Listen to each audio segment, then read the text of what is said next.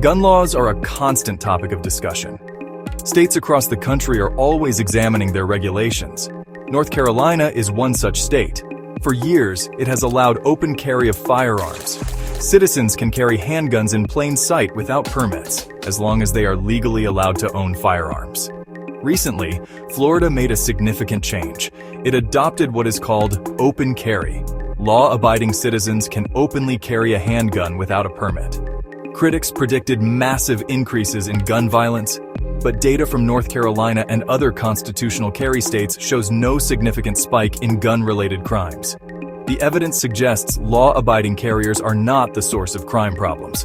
This reality has shifted the conversation. The debate is no longer about permission to carry, but about whether firearms training should be mandatory. This question is now front and center in both Florida and North Carolina, dividing citizens and elected officials alike.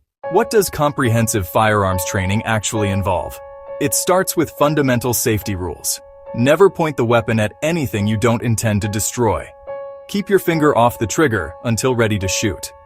Training covers practical skills like proper loading, safe unloading, and clearing malfunctions under pressure. Marksmanship training builds accuracy and confidence. You are responsible for every round fired. Training prepares you to make accurate shots when it matters most. Perhaps most importantly, training teaches conflict resolution. Students learn situational awareness and threat assessment. The goal is always to avoid conflict entirely. The firearm remains the absolute last resort. Comprehensive training includes legal education. When is deadly force legally justified? What are the moral implications of carrying a weapon? This comprehensive education creates responsible, knowledgeable gun owners who understand both their rights and their responsibilities. Supporters of mandatory training argue it enhances public safety. Just as we require driver's licenses for operating vehicles, they believe we should require demonstration of firearm competency. Mandatory training could reduce accidental discharges, injuries, and deaths, creating a more knowledgeable, responsible gun-owning population. Opponents raise fundamental constitutional concerns.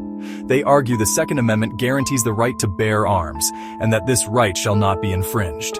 They see mandatory training as a financial barrier that disproportionately affects those who may need self-defense most. Criminals won't comply with training requirements. Only law-abiding citizens will be burdened. Many gun owners voluntarily seek extensive training, believing individual responsibility, not government mandates, should govern the exercise of constitutional rights. Both sides raise valid concerns about balancing individual liberty with collective safety. With such high levels of accountability in gun ownership, the question remains: should training be mandated or remain personal choice? We want to hear your thoughts. Should firearms training be legally required, or should it remain a matter of personal responsibility? Share your perspective in the comments below. Your voice is essential in shaping the future of gun rights and public safety in America. Together, we can find the right balance between constitutional rights and community responsibility.